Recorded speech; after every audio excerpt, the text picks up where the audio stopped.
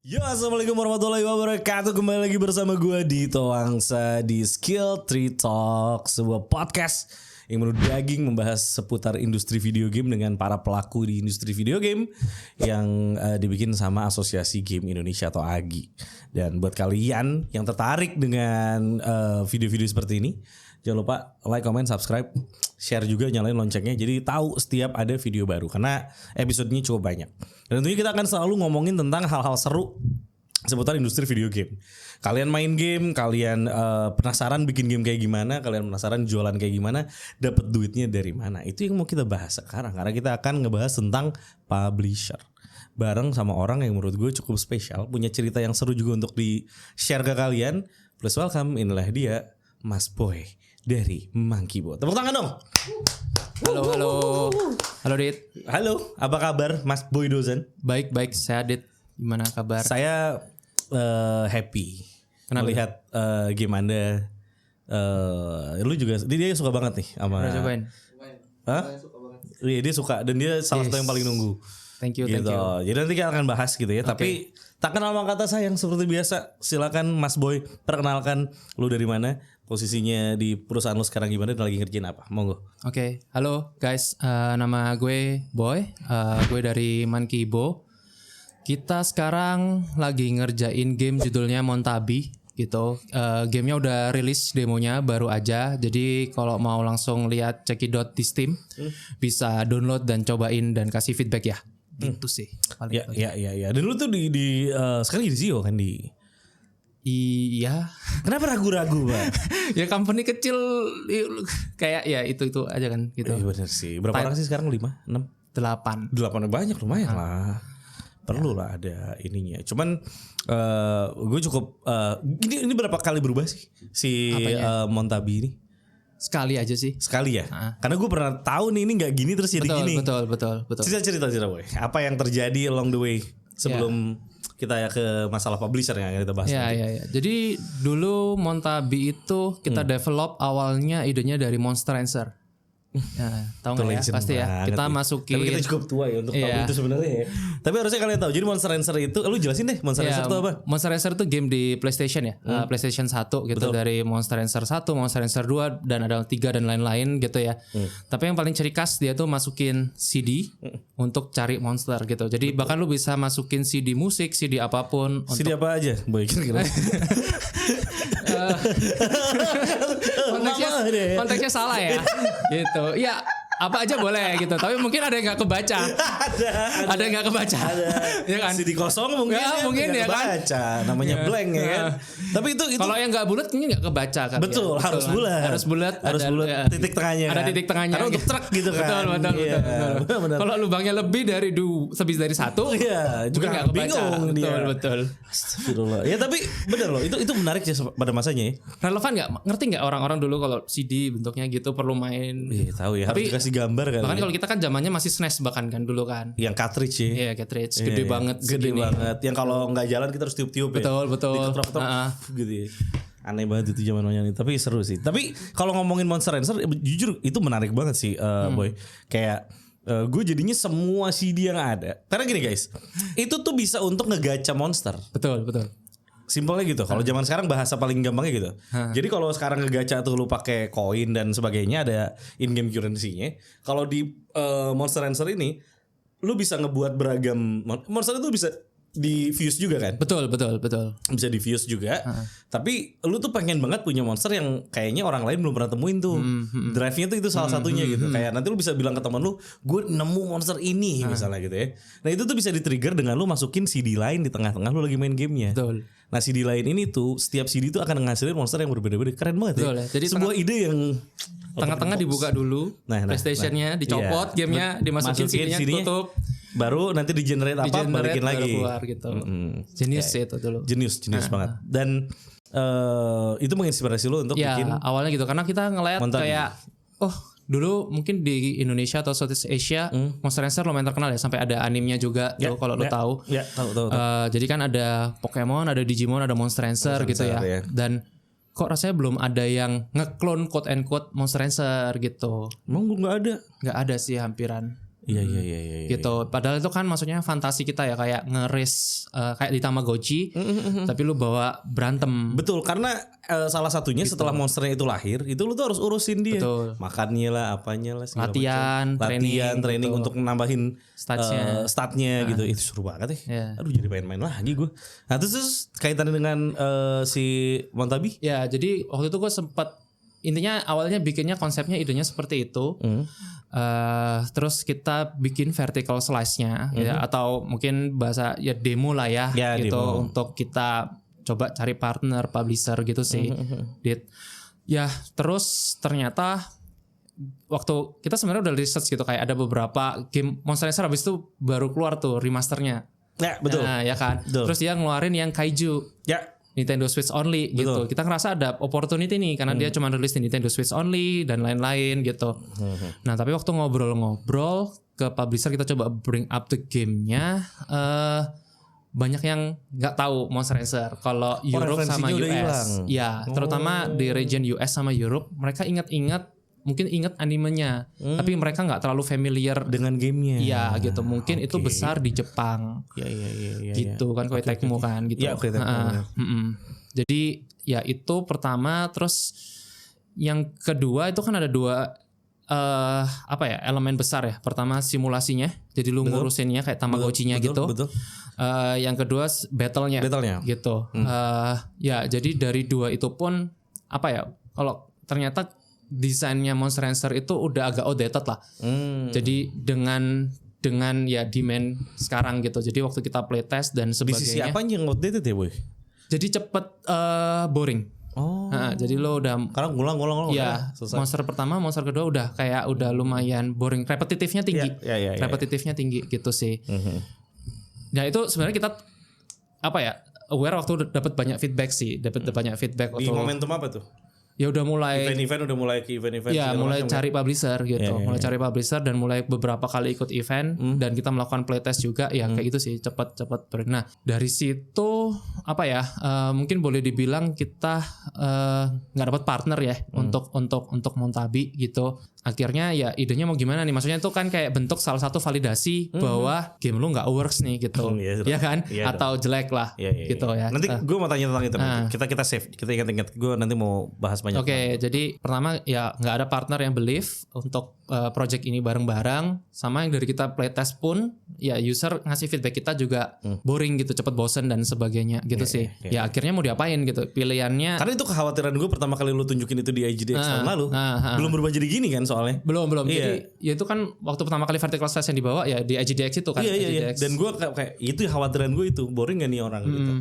Sama sih feedback gue mirip-mirip. Dan ternyata kan kita pingin ada nostalgianya gitu ya. Maksudnya kayak gue punya relevansi main kayak game Monster Rancher, pingin main lagi yang versi modernnya. Tapi orang banyak ingat Monster Rancher juga cuma CD-nya aja. Sementara fitur itu gue nggak punya. Iya. Gitu. Justru itu yang paling menonjol dan lo nggak bisa bawa juga. Orang itu kadang-kadang lupa mekaniknya dulu ada simulationnya, battlenya yang distance. Yang diingat pokoknya pakai disk bisa ngegenerate monster. Itu yang paling memorable ternyata. Jadi kalau mau ngandalin nostalgianya seperti itu sih. Ya akhirnya karena udah validated bahwa ini nggak works gitu, pilihannya kan ada dua tuh, karena kan kita udah sampai vertical slice mau dijadiin aja, dirilis atau di scrap, dibuang gamenya maksudnya. Segitu nggak bisa diapa-apainnya lagi boy? Ya pilihannya ya itu sih dua, mau diperbaikin pertama, yang kedua dirilis aja gitu, yang ketiga di scrap gitu. Nah karena kan gue dulu backgroundnya dari mobile, mobile itu biasanya kita ada proses kayak validasi di awal. Datanya jelek buang gitu karena nggak worth it untuk lanjutin dan sebagainya gitu sih. Jadi di saat itu momen pilihannya seperti itu, dan waktu itu kita decide karena kita lumayan suka sama IP-nya, terus gimana kalau kita rekonsep lah kasarannya gitu sih gitu kan. Perombakannya sejauh apa boy? Jauh banget ya. Jauh banget ya. ya. Dari yang simulation, maksudnya temanya sama creature collector gitu ya. Tapi waktu itu kita ambil mekanik itu sih. Awalnya belum roguelike deck builder ya, tapi turn based battle, karena kan maksudnya ternyata dari ngomong-ngomong sama publisher, ya karena semua referensinya mostly Pokemon. game-game creature collector itu semuanya mostly turn based gitu. Nah, kalau kita mau bikin kayak gitu, itu scope-nya besar gitu. Nah, sebenarnya kita mikir core loop apa sih yang paling kecil gitu untuk sebuah game yang turn based kayak gitu. Akhirnya roguelike itulah gitu. Banyak yang banyak yang bilang Balatro inspired nggak ke lu? Dulu awalnya soalnya lebih ke turn based roguelike. Turn based roguelike. Jadi ada game Pokemon fan game namanya Pokerok gitu. Jadi Pokemon, ya Pokerok, ya. Jadi rogue ya. Ya, jadi Pokemon fan game dibikin roguelike. Gitu, dan itu rame, tapi kan fan games lah gitu. Jadi nggak official gitu ya. Nggak official karena kan ada demand kita lihat Pokemon tuh kan gamenya untuk all user ya, untuk anak-anak gitu. Jadi kalau buat kita ya sebenarnya kan gamenya kurang fun lah, terlalu gampang gitu. Jadi makanya sampai ada yang nasluk kan kalau lo tahu yang bikin challenge sendiri bikin host role gitu. Betul. Nah, kita ngerasa kok rasanya ada ya demand monster collector yang lebih challenging gitu. Dan itu tuh proven kayak dari beberapa game Monster Sanctuary kalau lu tahu gitu-gitu sih. Oke. Karena memang berubah guys sih. Jadi dan mari kita akan masuk ke topik pembahasan utamanya ini. Dimana perubahan ini juga didasari gitu ya oleh feedback yang datangnya dari publisher. Betul. Ya kan? Kita udah ngebahas tentang publisher dan fungsi dari publisher di episode sebelumnya, Boy. Kali ini gue akan tanya ke lu mengenai, sekarang kita mulai dari perjalanan dulu deh. Perjalanan mencari publisher tuh di awal. Dengan konsep awal tadi. Oke. Berapa banyak yang udah lu temuin dan berapa banyak dari mereka yang langsung to the point bilang oke, ini kayak enggak, it's not gonna be works. Pertama, maksudnya kalau berapa banyaknya sih lupa ya, tapi cukup banyak ya, lumayan. Cukup banyak pasti gitu. Jadi kan gue ikut event B2B 2 kali ya. Yang pertama sempat ke Gamescom, terus habis itu EGDX gitu ya. Dan beberapa publisher kan juga pasti ada open submission via email ya. Dan ya cukup banyak sih rasanya Dit gitu. Tapi kalau dari responsnya biasanya sangat berbeda-beda. Maksudnya kalau waktu lu lihat pitch deck dan cuman kelihatan luarannya, sebenarnya tetap ada promisingnya yang Monster Rancher itu. Karena kan kayak lu ngurusin monster, terus habis itu lu buat itu premis menarik sebetulnya. Ya, kayak Punch Club lu tahu gak? Yang lu jadi petinju gitu. Karena sebenarnya technically kayak gitu kan gitu. Cuman memang ujung-ujungnya kalau publisher akan dari BD-nya itu dari namanya scouting lah ya. Kan ada kayak scoutingnya gitu, kayak itu. Mereka mungkin bisa interest aja, jadi waktu meeting kayak ini keren atau apa gitu ya. Tapi ujung-ujungnya mereka perlu bawa itu ke timnya untuk dicobain gitu. Nah, biasanya ujung-ujungnya gamenya fun atau enggak sih. Oke. Dan dirasa di situ itu tadi cepat boring itu tadi. Mengerucut ke konklusi itu. Ya, sebenarnya pasti dari mereka kalau kan gue pernah publish game di mobile, pernah sama publisher di Steam. Nah, kalau di Steam, di PC itu mostly mereka baik tuh, banyak yang ngasih feedback. Jadi kurangnya di mana sih dan sebagainya tuh mereka biasanya ngasih feedback. Nah, dari feedback itu kalau kita summary ya itu sih repetitif dan sebagainya gitu. Itu ya summary kita conclusion itu dari feedback seperti itu sih. Gue penasaran dengan lu. Wah gila sih, gue salut sama mental lu. Salah satu orang yang gue salutin masalah cari publisher. Gue udah pernah bilang gue salut banget sama yang namanya Adam dulu. Waktu dia cari publisher buat Ansik, gitu kayak wah dia bertubi-tubi dapat rejection dan sebagainya, dan tidak berhenti untuk mencari gitu. Dan mental seperti itu kan yang emang dibutuhin untuk fight ya. Sampai lu akhirnya emang harus dapat, dan lu juga emang ngerasa harus dibantu oleh publisher gitu. Ya, depends sih sebenarnya. Maksudnya kan publisher itu jelas membantu ya. Maksudnya kalau kita apalagi yang nggak punya pengalaman rilis di Steam, ini kan gue debut game gue nih, kayak pertama kali bikin di Steam gitu, belum pernah rilis. Jadi kayak kita juga nggak tahu know-how-nya lah gitu. Dan lu berharap publisher harusnya ikut membantu di bagian itu. Betul. Maksudnya kayak mungkin mereka udah punya koneksi media, mereka udah punya koneksi streamer dan sebagainya gitu. Jadi mereka udah tahu channel-channelnya gitu. Tentu publisher membantu dari situ gitu. Lu dapetnya akhirnya sama siapa sih? Sama Aku Para Games. Aku Para Games. Dan so far lu puas dengan bentuk kerjasamanya? Atau lu boleh nggak sejauh mana lu bisa jelasin bentuk kerjasama lu? Apakah lu dapat MG atau gimana? Iya, kita dapat money guarantee, maksudnya gitu. Jadi kalau nah MG itu money guarantee ya guys ya. Di mana ini tuh apa ya? Sebenarnya ngutang lah. Iya. Bener sih. Ngutang kan kita. Kayak diutangin ya. Diutangin gitu. Jadi idenya dari publisher tersebut, dengan diutangin kita bisa fokus bikin game yang bagus. Iya. gitu. Itu menurut lu sesuatu yang ini kan umum ya sebetulnya. Betul. Publisher ngasih MG itu umum. Di PC. Ya kan? Di PC, betul. Betul. Ya, itu harus di notes tuh guys ya. Di PC.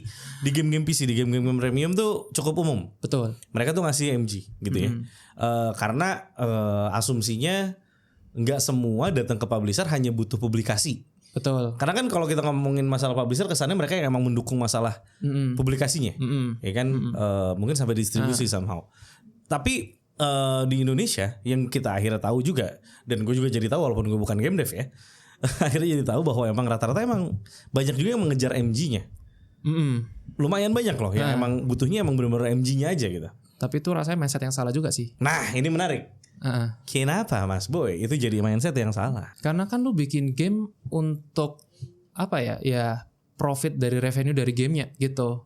Bukan ngejar MG-nya. Money Guarantee adalah salah satu tools yang ada dari publisher untuk ngebantu lo lebih fokus gitu. Tapi kalau itu dijadikan end goal, mungkin ya berbeda-beda ya setiap developer. Karena mungkin tadi kata lo ada yang ngejar MG aja dan sebagainya gitu. Tapi harusnya dia believe kalau produk dia ngejual kan, dan itu harusnya beyond dari MG gitu aja sih. Jadi harusnya fokusnya ke sana sih untuk gimana game gua ngasilin uang yang banyak, kasarannya revenue yang banyak gitu, bukan goal targetnya sampai MG sih gitu. Ya. Karena mengerikan sekali saat mereka nggak tahu banget sebetulnya MG ini kan tadi udah dibilang ya, minjem, ngutang. Ya harus dibalikin. Betul. Ya Itu kan tuh istilahnya recoup ya, kayak harus dikembalikan lah intinya gitu. Sebenarnya itu kan apa ya?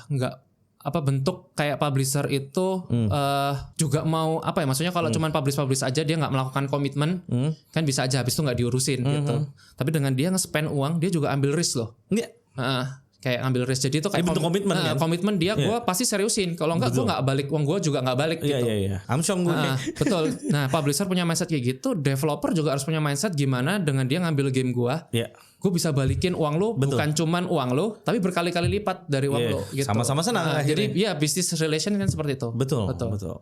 Dan publisher kan sekarang ya banyak banget gitu, yang bisa lo pilih, yang bisa lo temuin. Oke, let's say kita ada acara namanya IGDX. Yang selalu dilakuin di bulan Oktober setiap tahunnya di Bali gitu ya. Sangat rekomen iklan jualan ya.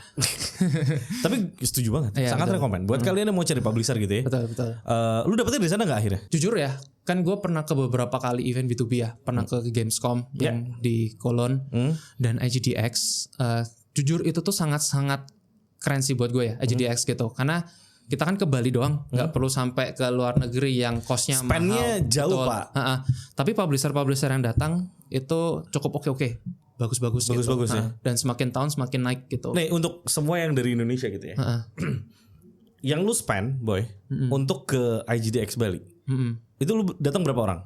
Sendiri sih. Sendiri, oke, nggak apa-apa. Jadi kita coba kasih insight nih, buat mereka yang mau pada cari publisher gitu. Berapa banyak uang yang lu keluarin?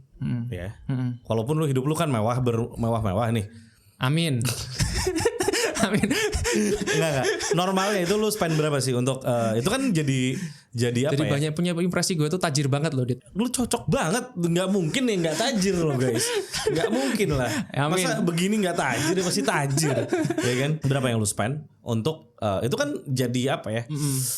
Modal ya. Betul. Modal. Jadi lu keluarin itu dengan harapan tentunya lu dapat sesuatu in return. Betul. Berapa? Kalau ke Bali itu kira-kira keluar budget berapa tuh? Ya pasti kan tiket pesawat sama akomodasi ya. Itu aja kan. Karena eventnya juga gratis kan. Eventnya gratis. Betul. Jadi lu sebagai itu. Dan itu pun kerennya IGDX ya. Maksudnya ini kok gue jualan lagi ya. Maksudnya nggak apa-apa. Itu ada program mentoring. Ya. Dulu ya, gue nggak tahu yang tahun ini gitu. Tapi kan gue daftar, terus gue dapat mentor. Mentornya pun internasional lah gitu ya. Betul. Nah, yang Minty ini diberangkatin. Diberangkatin gitu. Jadi biaya akomodasi, hotel dibantu sama mereka. Sama IGDX. Betul, gitu. Sama IGDX bantu. Jadi technically gue nggak keluar apapun sih selain ya udah kayak gitu, harusnya sangat dimanfaatin sih. Betul. Jangan sampai disia-siakan gitu ya. Tapi kalau kalian ngitung sesederhana mungkin sebetulnya modal 5 akomodasi. juta.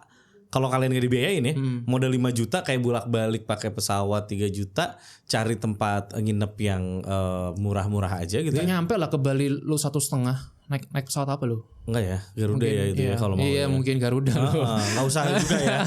Iya, bolak-balik Bali berapa sih paling? 1 juta, 2 juta lah ya. Ya, 1 juta lebih lah. Iya, 1 juta lebih dikit lah kalau ya. dari Jakarta mah. Iya, kalau di Jakarta 1,4, 1,5 gitu Iya ya. gitu, betul. Berarti bawa 5 juta udah sama makan dan segala macam mah Bisa lebih gitu. dari cukup Tergantung ya. kan lo akomodasi juga seperti apa gitu. Iya. Banyak juga. Karena gue nemuin hotel juga yang harganya cuman semalam 250.000, 300.000 udah bagus kok. Betul, gitu. betul. Apalagi ini kan ada ini di Kute ya, maksudnya di pinggir yang banyak banget hotel pilihannya. Ya gue rasa itu worth it gitu dibandingin lu harus ke Kolon. Betul. Jerman habis berapa Pak? Kalau ke sana Pak ratusan juta Pak bisa. Puluhan juta dah minimal. Iya, Pesawat aja misalnya. pesawat aja mahal. Dan Pesawatnya berapa? waktu itu kan high seasonnya Cologne tuh karena memang Gamescom. Jadi harga hotel itu naik gila-gilaan. Berapa semalam Pak? Yang hotel biasa aja deh Pak. Gue tuh waktu itu patungan ya. Patungan ya? Patungan gitu. Lupa deh gue pokoknya bisa 4 atau berapa per malam atau berapa lupa gue. Tapi lumayan tinggi lah ya. Itu pun gak dapat AC dit. Dan waktu itu gue panas banget. Hah? Jadi kebetulan Hotel semahal itu gak dapet AC? gak apa. Gak ada AC. Lagi penuh-penuhnya Cologne itu di momen itu. Kenapa dia so asik gak pakai AC? Karena kan Jerman basically dingin. Tapi kan pasti lagi panas itu. Tapi waktu itu kan lumayan udah summer udah akhir dan ada heat wave waktu itu. Dulu main kesiksa tuh tidur tuh. Gue tuh ingat waktu itu gue bareng sama Aldo. Dia tuh mau beli AC sampean. Siapa sih Aldo? Si Aldo. Orang itu kan kadang-kadang suka di luar batas ya pemikirannya ya. Mau beli AC ya. Panas banget juga katanya gitu. Masa mau beli AC terus habis itu mau dibawa pulang ke Jakarta maksud gue. Tapi waktu itu memang kebetulan heat wave jadi panas banget gitu sih. Iya. Tapi ya biaya ke sana kan jauh lebih mahalnya berkali-kali lipat boy. Mahal banget. Dibandingin cuman harus ke Bali doang gitu. Betul. Ya mungkin paling dekat Gamescom Asia. Ya. Atau enggak ke mana ya TGS mungkin Tokyo Game Show ada B2B-nya gak sih? Ada sih. Ada ya. Ya mungkin sama itu level up KL. Iya level up KL mungkin ya itu bisa juga. Cuman semoga kita berdoa aja semoga di tahun ini IGDX skalanya sama untuk B2B-nya setidaknya itu bisa jadi tujuan yang cakep banget buat kalian gitu. Dengar-dengar udah tergede se Southeast Asia. Sayang kalau nggak lanjut. Betul. Mudah-mudahan tahun ini skalanya tetap seasik yang tahun lalu ya atau bahkan lebih asik lagi. Tapi kalau balik lagi tadi ngomongin publisher ya. Ya udah ke IGDX terus the most important thing to be prepared tuh apa? Untuk lu bener-bener siap untuk membuka apa ya maksudnya peluang untuk lu bisa dapetin itu tuh apa? Yang pasti pitch deck sih. Nah pitch deck tuh sebetulnya gini, pitch deck tuh gue pernah lihat yang super pendek dan super panjang. Paling efisien yang kayak gimana menurut lo? Efektif aja ya maksudnya kan pendek panjang rasanya bukan jadi patokan ya. Tapi apakah lu bisa maksudnya selalu karena waktunya kan pendek ya untuk ngejelasin tuh. Betul. Jadi ada dua ya maksudnya ada pitch deck yang bisa lu kirim, ada pitch deck yang lu bawa presentasi dan kalau lu presentasi di B2B event seperti itu, lu tahu kira-kira satu meeting itu antara 25 sampai 30 menit gitu. Betul. Dan itu kan bukan buat lu pakai presentasi satu arah kan. Kayak lu harus tanya feedbacknya atau kayak dua arah lah bisa gitu. jadi dia juga ngomong lumayan banyak gitu kan. Bisa diskusi gitu. Jadi ya kayak lu prepare durationnya, tapi yang pasti isinya ya udah nge-cater. Maksudnya bukan sesimpel sih, tapi gimana menurut lu kalian nge-present game kalian itu potensi kan tujuannya publisher adalah menghasilkan uang berkali-kali lipat dari invest game lu kan gitu.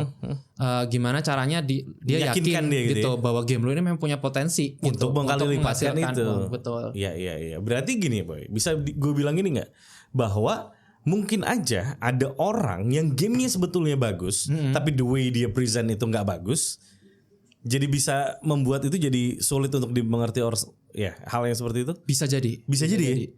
Kayak sebetulnya game lu tuh bagus, game lu tuh cuman cara lu ngejelasin misalnya atau cara lu nyusun pitch deck lu itu nggak bikin game lu jadi ketahuan menarik. Mungkin lebih kayak gini, kalau offline event biasanya pitch deck itu kita waktu ngajakin meeting nih, misalnya di Meet to Match or something gitu ya. Kita ngajakin meeting, kita udah ngirim pitch deck sih biasanya. Atau kayak jadi dia kan juga misalnya dari tips nih teman-teman dari nih. Publisher gitu ya.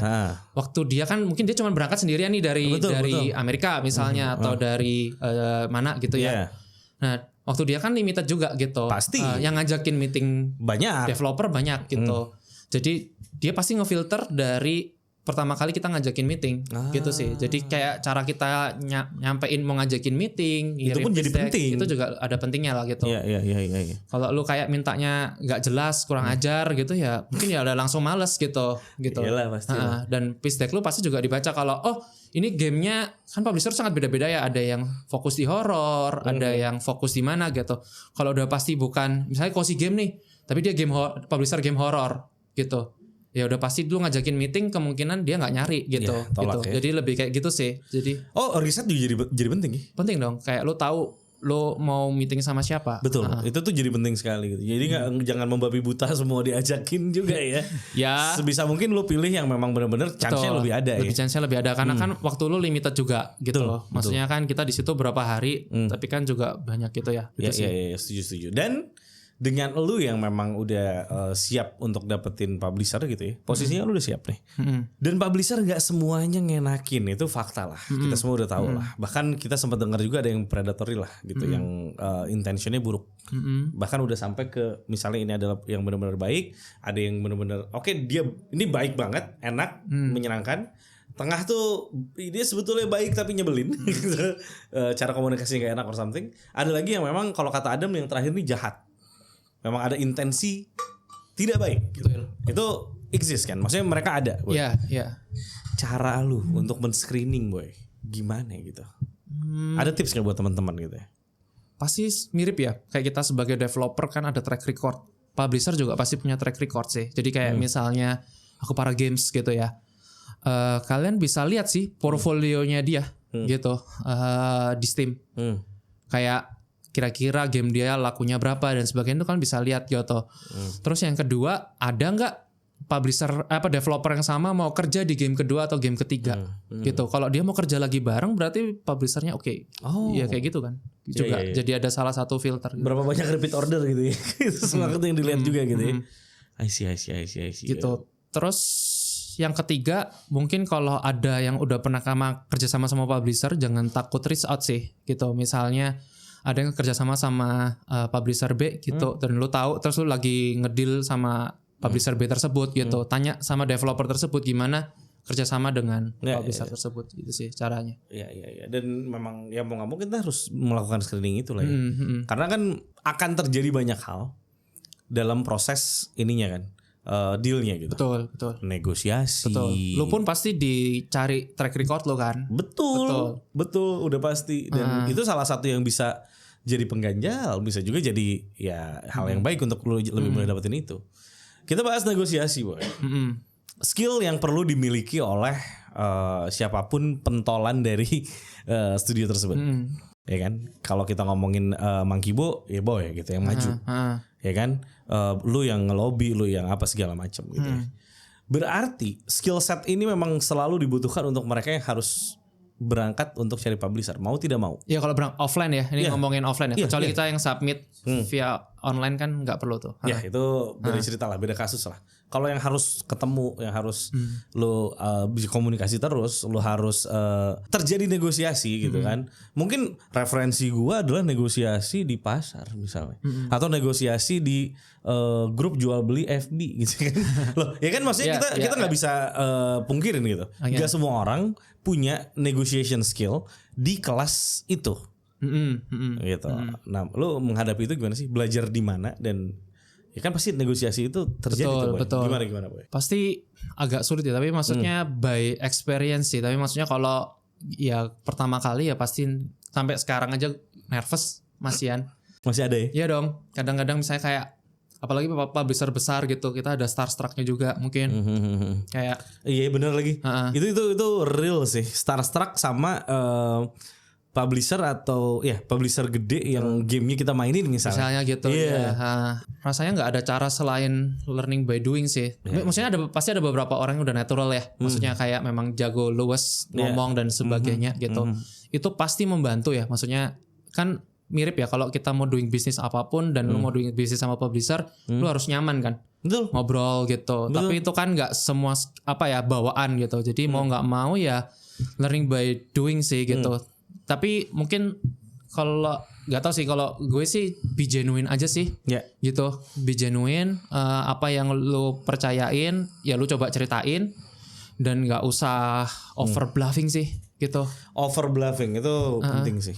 Jadi kayak Bluff tuh kadang-kadang boleh gitu, kan Maksudnya negosiasi ya bluff yang ya tapi emang harus tahu takaran. Tapi kalau sih. over bluffing kan lu bohong Bahaya. Maksudnya kan kayak misalnya lu nggak segitu tapi lu bilang segitu. Ya jadi kayak over promise nantinya lu sendiri nggak bisa deliver. Ya atau itu malah bahkan jadi bahaya. setelah dicek ya nggak segitu gitu. Itu dan mereka tuh udah meeting sama banyak. Biasanya yang berangkat tuh scouting. Scout itu biasanya udah meeting sama ribuan orang gitu. Mereka tuh bisa baca cara kita ngomong kayak gitu. Mereka biasanya bisa tahu sih orang ini genuine atau enggak gitu sih. Wow. Ya. Gitu. Dan balik lagi ke ngomongin dealnya gitu ya. Bahkan mereka semua kan ada yang minta kayak IP-nya jadi buat gua misalnya. Betul. Atau apa segala macam gitu ya.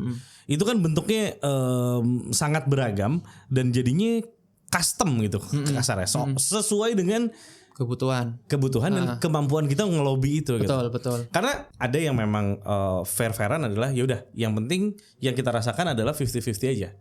Ya maksudnya bukan 50-50 secara angka ya, tapi secara overall value-nya ya sama-sama win-win aja gitu ya. 50-50. Tapi kan ada juga yang kayak mikirnya gua harus lebih untung. Gua harus lebih ngerasa untung dan sebagainya gitu.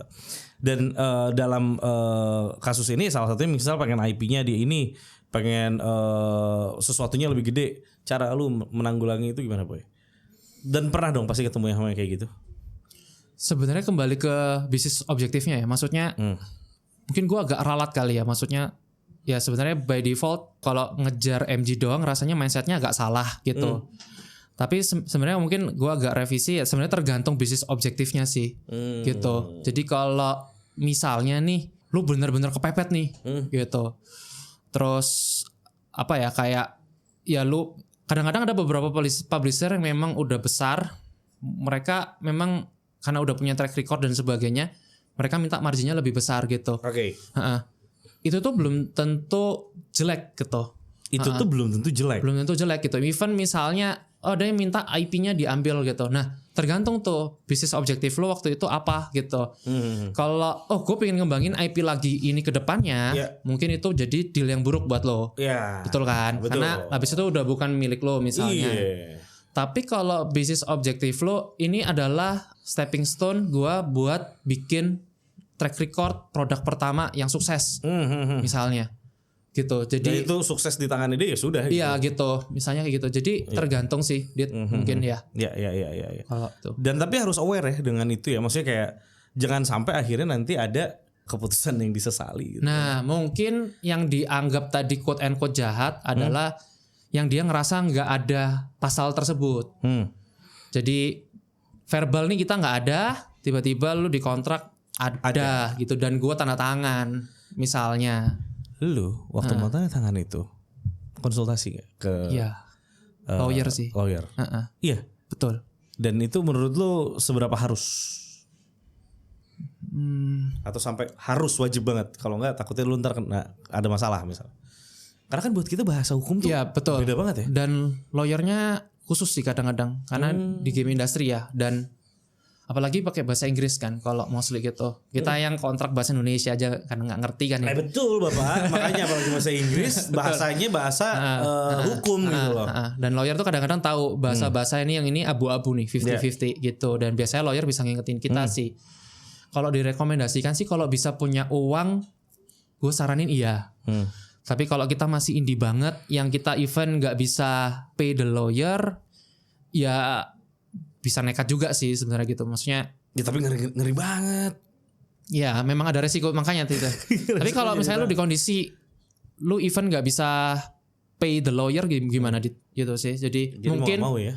Minta temen sih yang mungkin sarjana hukum atau apa gitu kali ya. Itulah networking penting kawan-kawan ya. Mungkin ya. Punya teman yang bisa membantu penting atau enggak ChatGPT. Tapi kan kalau bisa mungkin tolong cekin dong ini ada yang aneh nggak gitu. Bisa jadi kan. Jadi mungkin bisa di raise concern gitu sih. Tapi ya mungkin karena kita biasanya itu ya membaca seperti itu ya mau nggak mau harus sabarin dibaca sih. Gitu even lu nggak ngerti coba lah gitu, ya udah dibaca-baca. Ya karena masih bisa ditranslate anyway sebetulnya. Ya. Lalu kita masuk ke satu titik lagi yang lebih dalam lagi.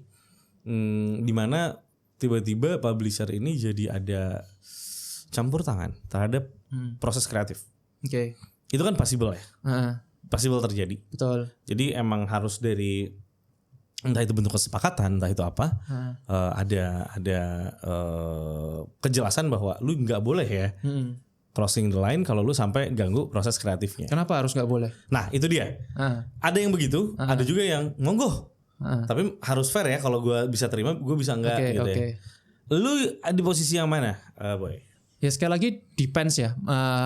Maksudnya kalau gue kerja sama publisher, pasti pingin tujuannya tuh satu, pingin game ini sukses. Oh iya. Ya dong. Ya, dia juga, kita juga gitu. Kalau gue sih tipikal kalau selama lu punya capability itu dan menurut gue make sense, malah pingin sih di feedbackin dan di improve gitu.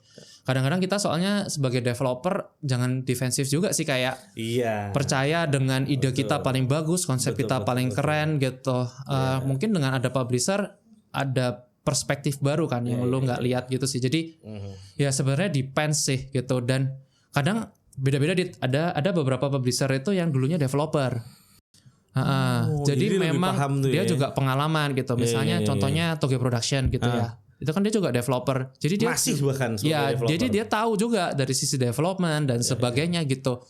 Kalau lu misalnya dipublish Toge tapi nggak mau diikut campur sama itu, ya agak sayang gitu menurut gue ya. Maksudnya mendingan sekalian aja konsultasi gitu ya. Kan publisher beda-beda. Ada yang fokusnya memang cuman tadi gitu, publikasi aja gitu. Ya jadi tergantung bisnis objektif lu sih gitu. Lu sendiri di mana posisinya? Gua yang lebih bisa menerima atau yang lu strict? Oke, lu nggak boleh ganggu. Enggak, malah gue kepengen di feedbackin. Gitu. Kalau misalnya gitu. Justru lebih nyaman kalau mereka tapi nggak nyampe disetir dong. Betul, maksudnya kan apa ya? Lagi-lagi ini tuh kita dipublish, sebenarnya kita bukan jadi bawahannya loh. Kita tuh setara sebenarnya, publisher dan developer itu setara gitu maksudnya. Jadi kalau mereka minta sesuatu, sebenarnya kita juga boleh juga sih berargumen gitu sih.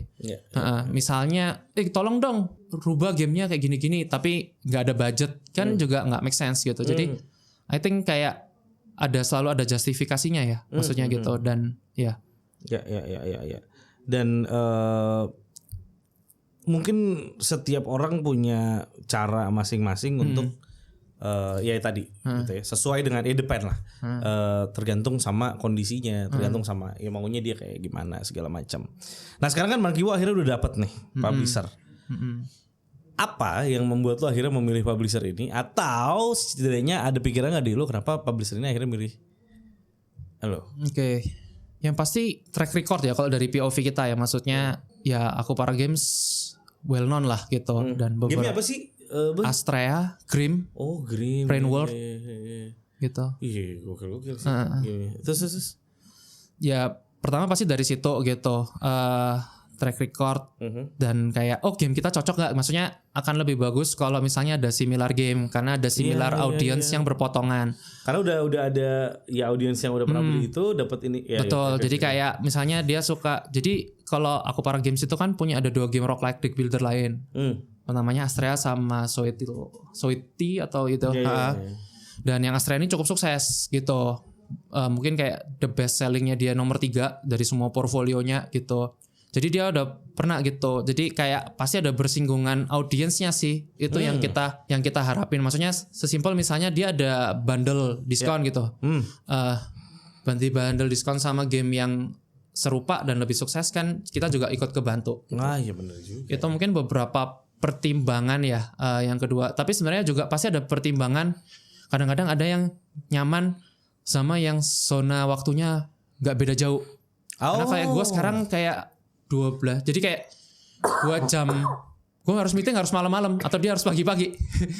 Karena kayak kita beda jauh banget. Ya beda time zone. Dia kan di kayak California gitu kan. Jadi gue tuh meeting kalau nggak jam 10, jam 11 atau pagi banget jam 8 pagi, jam 7 pagi gitu. Jam 7-8 pagi di sini tuh di sana berarti jam berapa ya? Kalau biasanya sih gue meeting sekarang itu jam 10 malam, di mereka itu jam 8. Tapi tergantung negara bagiannya juga tuh. Iya. Ada yang di beberapa masih agak lebih pagi dan sebagainya. Buat mereka pun sebenarnya painful kayak gitu. Jadi kalau ada yang nyaman misalnya yang cuman misalnya di Taiwan gitu publishernya 1 jam, enak kan maksudnya di sini jam 6, di sana jam 5 atau beda dikit lah gitu ya. Masih sama-sama jam kerja. Betul, gitu. masih kena ya. Jadi itu pasti juga part of pertimbangan ya. Konsiderasi ya. Terus ya yang kedua offernya ya, itu pasti yang paling mempengaruhi ya. Maksudnya offernya seperti apa nih? Kan setiap publisher punya terms and condition yang berbeda-beda gitu. Itu kalau dari sisi gua ya. Kalau dari sisi publishernya jujur yang jawaban aslinya nggak tahu. Cuman sebenarnya ujung-ujungnya produk sih. Gua ngutip Pak Dodik kemarin ya. Dia bilang kayak publisher itu kan multiplier. Betul. Gitu. Jadi gamenya sendiri harus, maksudnya publisher tuh tugasnya memultiply gitu. Tapi untuk zero to one-nya ya gamenya sendiri harus berbicara sih. Iya betul. Gitu. Jadi publisher pun waktu ngelihat produk kita juga rasanya ya gamenya perlu fun menurut mereka at least gitu. Atau potensial menurut mereka. Itu sih yang penting, dan mungkin juga ada hoki ya, maksudnya tetap karena tadi ya bisa jadi game lu jelek dibuat publisher A, tapi bisa juga menarik buat publisher B, karena kan mirip ya, game itu sangat selera gitu kadang-kadang dan mereka bisa jadi punya POV lain dan sebagainya gitu. Setuju. Timing juga penting gitu, maksudnya Timing dalam konteks sekarang ini kayak 3 tahun 4 tahun belakangan cari publisher emang challenging sih. Gitu, karena ya pengaruhnya apa boy? Ya jadi mereka lebih challenging.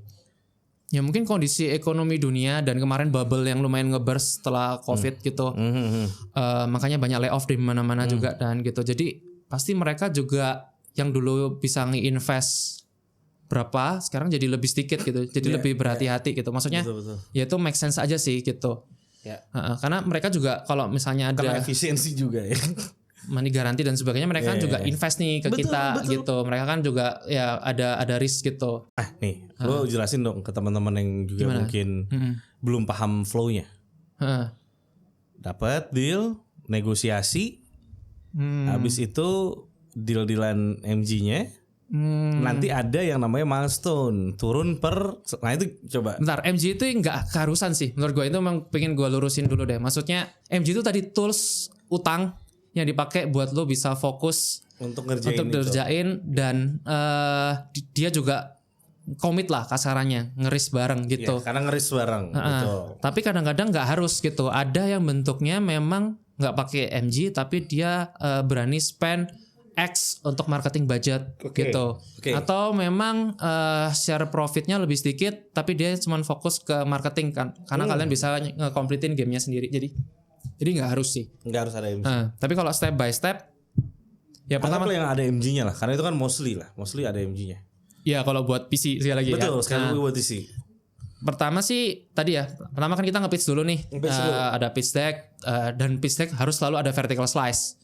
Gitu, vertical slice untuk game lo di proof lah, dan di pitch deck itu kalau bisa, kalau kalian udah punya traction atau data yang untuk ngevalidasi, misalnya contoh, gue udah tembus Kickstarter 1 juta US dollar, kan confidence-nya udah tinggi lebihan gitu.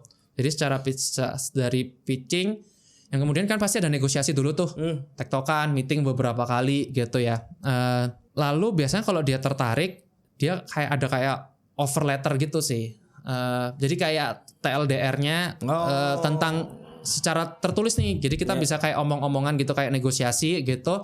Tapi habis itu biasanya dikirim tertulisnya tuh. Gitu. Belum kontrak kayak masih belum kontrak. Belum. Jadi kayak, tapi ini beda-beda sih, ada yang udah langsung kontrak. Kalau kita tuh dulu kayak ada kayak offer letternya gitu.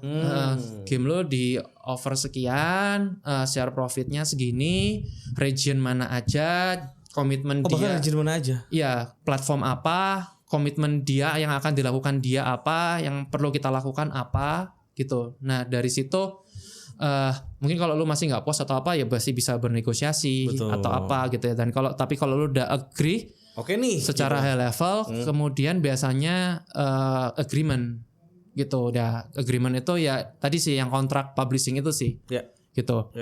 Nah itu ya disarankan pakai lawyer atau orang yang mengerti bisa membaca hukum gitu, biar nggak kemis hal-hal tertentu. Ngeri banget ya. Karena pernah ada juga sih yang kemis.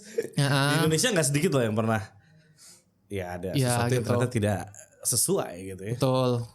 Ya sebisa mungkin kan kita hindarin ya, kalau kayak gitu kan pasti nggak enak. Terus biasanya sih kalau udah itu tektokan itu juga bisa jadi kayak lebih dari situ. Kadang-kadang kayak ada terms khusus nih, pasal berapa lu nggak suka. Iya. Pasal ini boleh diganti nggak kata-katanya kayak memberatkan kita nih atau apa. Jadi itu kayak masih negosiasi. Mereka juga pasti pakai lawyer sih kadang-kadang. Oh dari pihak mereka pun ada lawyernya juga. Oh ya nanti gue liatin lawyer gue ya untuk kayak ngecek gitu. Terus kalau itu udah selesai, kalian udah sepakat ya tinggal tanda tangannya sih. Tanda tangannya ya biasanya kayak kalau misalnya luar kayak pakai DocuSign. Ya DocuSign. Gitu. Ya minimal jadi, itu ya. Iya gitu. Gitu udah sih. beres. Nah itu tadi. Kalau ya gue tuh pengen meng-highlight. Oh itu termasuk milestone nih yang gue lupa. Jadi kalian udah agree milestone juga gitu. Iya, udah di situ ya, udah di. Karena kan ada budgeting ya. Kalau tadi asumsi dengan ada MG, kita kan tahu nih kita butuh berapa, itu di breakdown nih gitu. Jadi milestone lo apa gitu. Karena nantinya uang MG-nya ini keluar per milestone itu tercapai kan. Betul. Maksudnya kan kayak itu tuh ngejaga kan biar nggak kacau kalau semua dibruk udah hilang. Kabur ntar ya. Takut banget. Ya kayak gitu kan ya itu untuk risk management aja sih. Risk management betul. Jadi kita bisa akhirnya dibayarkan per apa namanya? milestone atau milestone termin yang sudah disepakati lah bisa dibilang. Gitu sih. Oke, and then akhirnya selesai. Si gamenya pendanaan atau MG-nya juga udah turun semua, masuk ke masa-masa gamenya rilis, betul. Setelah gamenya rilis, itu ternyata terjual lumayan gitu ya, ada penjualan. Uangnya masuk ke siapa dulu, Boy? Nah karena kalau kita lewat publisher pasti melalui publisher dulu uangnya. Oh ke publisher dulu justru ya. Jadi nanti ada proses setelah kita deal, ada proses transfer game kita dari Steam account kita ke mereka. Gitu sih. Karena kan mereka butuh bisa manage dan sebagainya masuk ke portfolio mereka. Jadi butuh kita ada proses transfer itu sih. Ya. Gitu. Kecuali kita belum punya Steam page bisa jadi. Tapi ya baiknya kita udah kayak gitulah ditransfer ada masa gitu. Udah. Setelah itu terjadilah penjualan. Kalau tadi berapa masuknya ke mereka, tapi agreementnya kan kita udah tahu di awal gitu. Ya, let's say di besar mana dulu sih biasanya pembagiannya tuh? Ya pasti namanya tadi utang ya lo harus bayar utangnya dulu ya. Juga sih. Fokus dulu selesaikan utangnya ya. Selesai utang. Jadi biasanya akan mostly favor ke publisher kalau kita dengan money guarantee tadi. Kecuali kalau dari awal kita nggak pakai MG, bisa jadi itu kan juga perbedaan. Karena nggak banyak loh, nggak sedikit juga loh beberapa developer yang memang nggak butuh money guarantee-nya. Ya. Gitu dia memang butuh publikasinya aja atau marketingnya aja gitu. Itu juga bisa sih. Lu ini pertama kali ya yang benar-benar dipublish? Kalau yang PC ya. PC ya. Karena gue penasaran juga sih dengan akurasi atau misalnya performa ya marketing yang mereka janjikan tuh akan seberapa reliable-nya gitu. Apakah memang udah pernah dengar atau gimana? Yang pasti itu biasa juga ada di agreement di awal gitu, kayak responsibility mereka apa sih? Kan kita juga ada tuh responsibility kita sesuai milestone. Jadi biasanya itu perlu di breakdown sih, dan kadang-kadang tuh juga mempengaruhi nilai dealing ya. Maksudnya komitmen mereka spend X untuk marketing budget misalnya gitu. Itu tuh bisa. Dan untuk beberapa case biasanya itu termasuk money guarantee juga, termasuk yang recoverable. Nah, karena kan cost yang mereka keluarin juga gitu. Jadi ya itu biasanya kayak gitu sih, tapi sangat-sangat depends per produk sih itu per produk, per publisher, bahkan publisher yang sama pun per deal pun dia bisa beda-beda. Gitu. Ya. Dengan yang sekarang so far so good gitu. Dengan apa yang mereka kasih sekarang lo oke lah ya. Dan lo di sini dapat MG gitu ya. Dapat MG. Dan itu membantu sekali, Boy. Sangat ya, jelas ya. Sangat membantu ya. Ya. Cuman lagi kita pas jualan nanti recoup, nanti baru pembagiannya dirubah lagi presentasinya biasanya. Kalau kita bahkan waktu masih recoup itu kita juga dapat percentage sih. Dan cukup besar lah, maksudnya ini salah satu publisher yang cukup baik. Nggak semua bisa kayak gitu berarti ya? Ya tergantung, makanya sangat-sangat tergantung gitu, sangat-sangat tergantung. Jadi kalau dia bahkan dari awal udah ngasih kita profit yang lumayan gitu, tetap favor ke mereka gitu sih. Gitu sih. Iya. Karena menurut gue pasti banyak banget developer baru yang sekarang kayak mau mulai cari publisher, misleading.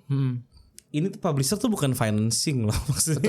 Betul. Iya kan? Tapi ada loh yang fokusnya ke financing. Iya, tapi kan bukan publisher sebetulnya. Kayak lo tahu yang Rematch, terus Sifu siapa sih? Slog Lab. Ya Slog Lab, terus itunya siapa? Fundingnya Slog Labs. bukan kayak publishernya sih, dia kayak di white label gitu. Oke. Aduh, terkenal kok dia ini. Yang Cat Quest juga sama dia. Oh, Tahu nggak lo? Aduh. Googling. ayo.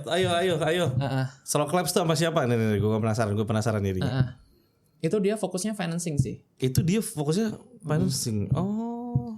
Terus lu tahu ini nggak? Among Us ya? Ya tahu. Dia juga jadi ini kan? Dia punya grant kan? Punya grant, iya benar-benar. Grantnya dia tuh sifatnya financing, bukan publishing. Wow. Gitu. Jadi memang kayak jadi salah satu invest sih.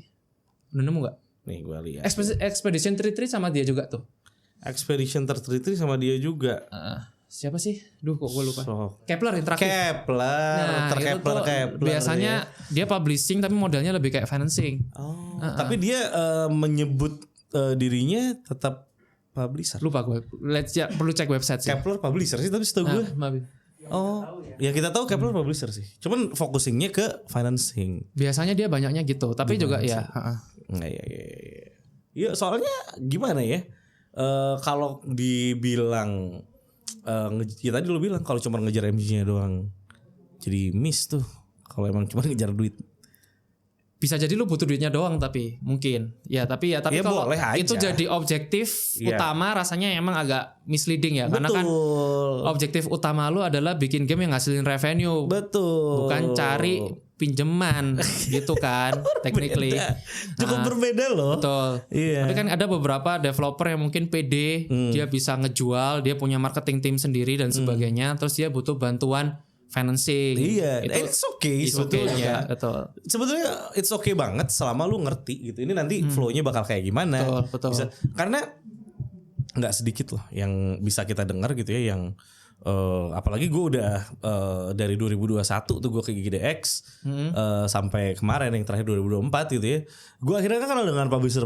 Betul. Ngobrol juga sama mereka. Betul. Dan gue ngobrol as a friend aja karena gue nggak punya intensi apa-apa sebagai media gitu ya. Ya lu pada lah yang punya itu. Terus gue ngobrol kayak mereka ada aja yang dikeluhin kayak ada yang milestone-nya belum kelar udah minta lagi. Iya, duitnya. Ada yang ya gitu-gitulah. Hal-hal yang sebenarnya harusnya dari awal lu udah ngerti gitu. Harusnya lu nggak boleh kayak gitu gitu loh. Semoga dengan podcast ini membantu ya. Haruslah karena lu harus benar-benar tahu gitu loh.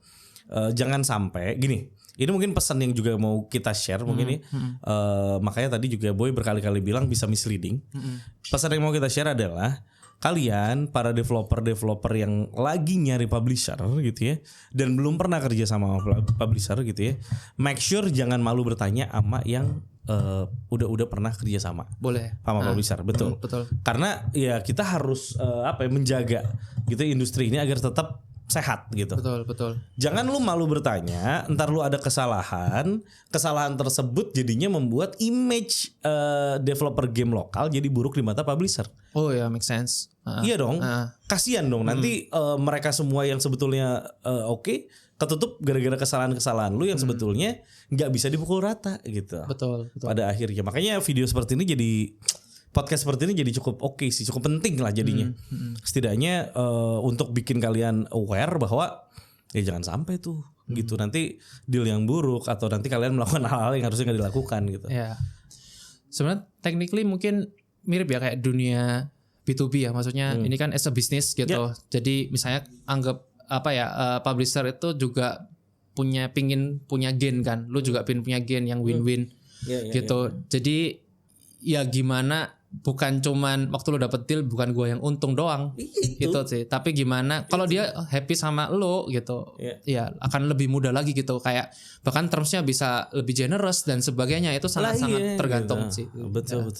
Ya itu sih yang gua rasa mungkin ya dari podcast kita kali ini bisa diambil salah satu tipsnya gitu ya buat kalian, dan juga mungkin kayak jangan akhiri teman-teman yang udah dapetin dan nyari publisher gitu ya, untuk tidak seperti itu, karena akan tetap banyak yang akan butuh publisher gitu ya. Karena lu tau lah di Indonesia salah satunya adalah bikin gamenya banyak, yang bikin gamenya yang ngerti bisnisnya, marketingnya itu nggak banyak, yang ngerti gimana cara masarinnya tuh nggak banyak gitu. Dan itu jadi jadi salah satu masalah yang krusial karena percuma bikin game bagus tapi lu nggak bisa jual ya kan Boy. Itu Betul. jadi penting sekali gitu dan ya jangan ditutupi dengan hal itu. Oke Boy, pesan karena udah diketok-ketok kayak kita ya, nggak kerasa ya. Tapi pesan buat mereka yang mungkin lagi dilema untuk masalah publisher dan segala macam gitu ya.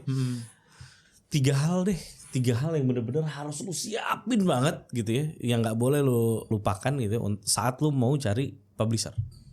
Misal lu tahu dulu arahnya kah atau lu apa? Monggo buat teman-teman yang lagi nonton nih. Jadi posisinya kalau gue lagi cari publisher ya apa hal-hal 3 hal terpenting nih menurut lu yang harus benar-benar lu siapin sebelum lu memilih gitu ya dan atau bergerak untuk ke sana. Yang pertama vertical slash sih. Maksudnya game ujung-ujungnya kan vertical slash itu kan kayak apa ya? Sedikit rasa full gamenya gitu. Jadi itu kayak proven lah ya buat mereka akan cobain build lo tadi atau gamenya tadi vertical slash tadi. Jadi punya vertical slash yang solid rasanya penting gitu. Karena kalau game lo belum ada vertical slash, hampir 90% akan nggak ada deal gitu. Kecuali lo udah punya track record. Jadi ya adalah kayak saya Mass Hive gitu ya. Udah punya potion permit, dia akan jauh lebih mudah gitu karena punya track record atau misalnya Stairway Games gitu dan sebagainya atau beberapa yang udah memang punya track record gamenya memang selling gitu. Tapi mostly normal semuanya biasanya butuh vertical slash build yang solid gitu. Nah di vertical slash itu udah bisa nunjukkan potensi game lu gitu. Game lu serunya di mana. Jadi bukan yang juga placeholder aset sih. Beberapa masih nggak sempurna nggak apa-apa tapi dia kayak harus rasa. Itu yang pertama karena itu yang biasanya dinilai tuh buat mereka. Terus yang kedua kalau ada matrix validation yang bisa lu share untuk nambah confidence level publisher itu lebih bagus. Sebaiknya akan lebih bagus gitu. Contoh misalnya lu cari publisher tapi lu udah punya 50.000 wishlist gitu. Jadi gue lebih confidence dong buat invest di game lu gitu. Jadi kalau ada matrix yang udah lu validasikan jangan lupa di share gitu. Karena lagi mereka nggak kepengen beli kucing dalam karung. Betul. Gitu. Mereka pingin apalagi semakin sekarang mereka lebih cari yang lebih pasti. Ya. Gitu. Mungkin itu kalau ada. Yang ketiga apa ya? Ya coba terus sih mungkin. Mental kali. Mental yang kuat dan mental yang tidak mengemis-gemis untuk masalah hal tertentu itu sih kayaknya gue setuju sih. Mental sih harus kuat ya karena penolakan kan bukan tidak mungkin terjadi. Ya pasti sering sih gitu. Badai penolakan akan terjadi. Lu lihat email, aduh gak kuat gitu kan ya. Alright itulah dia teman-teman. Boy thank you. Mudah-mudahan bisa dinikmati sama teman-teman nih dan jadi ya banyak tips-tips insight yang bisa diambil dan tentunya Skill Tree Talk masih banyak ya. Episodenya masih banyak ya kan. Ini sampai ini aja harusnya kita udah ada total 12 episode. Yang udah live baru 1 bahkan. Dua. Benar 2. Jadi masih banyak banget yang bisa kalian tungguin. Sampai ketemu lagi. Sekali lagi kita terima kasih sama Boy Dozen dari Mankibo. Semoga Montabi lancar semuanya ya sampai perilisan. Amin. Yang mau pada coba langsung aja ke Steam, demonya masih live ya, masih bisa dicobain. Masih live. Dan kalau suka ya silakan di wishlist gitu ya. Gitu. Karena dia mau pengumuman wishlist 100.000 ya katanya, 100.000 wishlist. Amin. Yaudah gitu ya teman-teman, kita berdua pamit undur diri. Jangan lupa subscribe, like, comment, share ya pokoknya. Kasih tahu lah ke teman kalian ada podcast tentang industri game di Indonesia yang bagus nih buat ngasih insight ke kalian. Sampai ketemu lagi, gue di Tuang Sapa pamit. Assalamualaikum warahmatullahi wabarakatuh. Bye bye. Thank you guys.